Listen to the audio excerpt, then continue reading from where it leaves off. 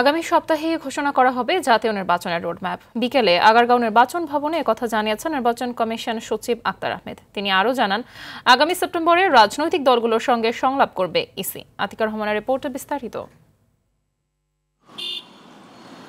ত্রয়োদশ জাতীয় সংসদ নির্বাচনের প্রস্তুতি নিয়ে সাংবাদিকদের সঙ্গে কথা বলেন কমিশন সচিব। তিনি জানান, আগামী সপ্তাহে নির্বাচনের কর্মপরিকল্পনা ঘোষণা করা হবে। রাজনৈতিক দলের সঙ্গে সংলাপ হবে সেপ্টেম্বরে। রোডম্যাপ, হ্যাঁ, আমরা এটা নিয়ে আলোচনা করেছি এবং আমরা আশা করছি আগামী সপ্তাহে আপনাদেরকে আমাদের নির্বাচনের রোডম্যাপটা দিতে পারবো, সো দ্যাট আপনারা আপনাদের প্রস্তুতি এবং আমাদের প্রস্তুতি সম্পর্কে একটা ভালো ধারণা পাবেন।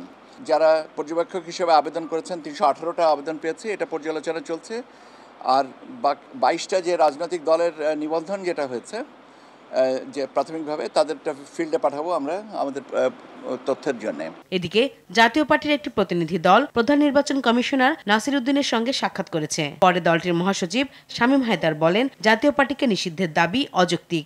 আমরা যেটা সমস্যা মনে করি সেটা হচ্ছে সরকারকে আমরা পুরোপুরি নিরপেক্ষ মনে করি না, তবে নির্বাচন কমিশনকে আমরা নিরপেক্ষ দেখতে চাই।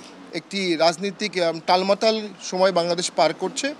আমরা আশা রাখি এর মধ্যে নির্বাচন কমিশন তার নিরপেক্ষতা রেখে তার শপথ বজায় রেখে সুষ্ঠু নির্বাচন করবে।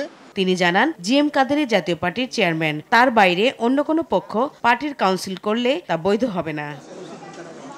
আতিকা রহমান, RTV, ঢাকা।